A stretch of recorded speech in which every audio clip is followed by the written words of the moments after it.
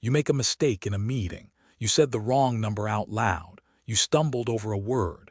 You knocked a pen off the table and everyone heard it hit the floor. For the next 3 hours you replay it. You feel it sitting in your chest like a stone. You are certain that every person in that room noticed, judged, and will remember. Here is what science says about that certainty. It is wrong. This is called the mirror effect, a cousin of one of the most thoroughly tested findings in modern psychology. And once you understand what is actually happening in other people's heads when you walk into a room, it becomes very difficult to keep spending energy on an audience that was never watching in the first place. In the early 1990s, a research team at Cornell University was trying to understand why people consistently overestimate how much attention they receive in social situations. They designed a simple experiment. They brought participants into a crowded room and told them to imagine they had just done something embarrassing, like tripping over a cord or mispronouncing a common word. They asked the participants to estimate how many people in the room noticed, how many would remember tomorrow, and how many would mention it to someone else. Every single estimate came back too high. Not by a small margin. People believed roughly twice as many observers had registered their mistake than had actually paid any attention at all. And when the researchers asked the observers directly, the numbers were even lower than expected. Most had not noticed anything at all. The same researchers later ran experiments with physical embarrassment. Participants were made to spill something, drop something, or stand up and trip in front of a waiting room full of strangers. The pattern held every time. The person who made the mistake believed the entire room had cataloged it. The room had barely looked up. The reason comes down to how your brain handles attention.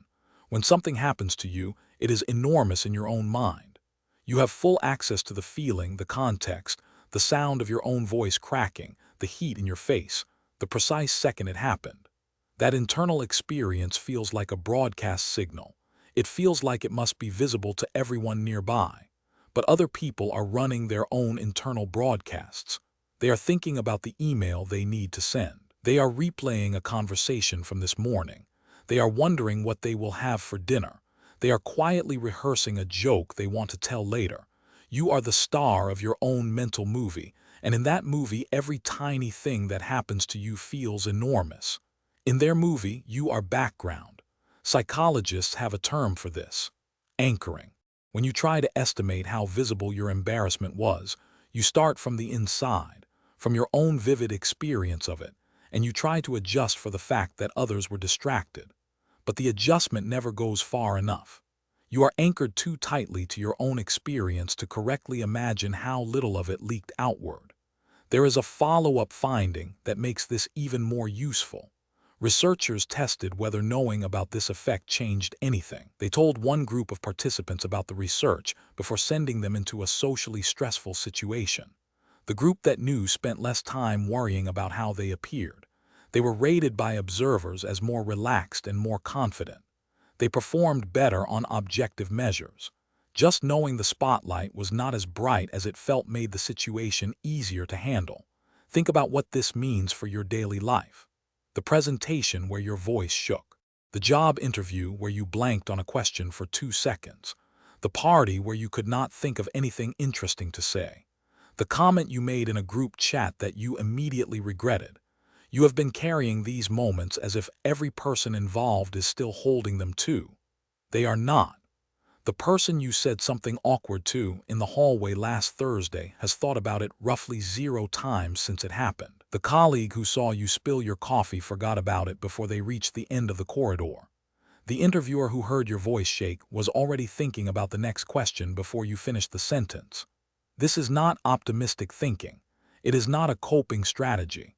It is what the data shows every time researchers test it, across cultures, across age groups, across different types of social situations. There is something deeper here too. Think about the last time you watched someone else make a mistake in public. A stranger dropped their groceries. A coworker stumbled over a word in a presentation. Someone you do not know well sent a message in the wrong group. How long did you think about it? How vivid is that memory right now? Probably not very. Because you were doing the same thing they were doing, running your own internal broadcast, consumed by your own concerns, giving their moment a fraction of the attention they feared you were giving it. Everyone is doing this simultaneously. Every person you have ever been embarrassed in front of was too busy worrying about their own visibility to fully register yours. The implications are practical.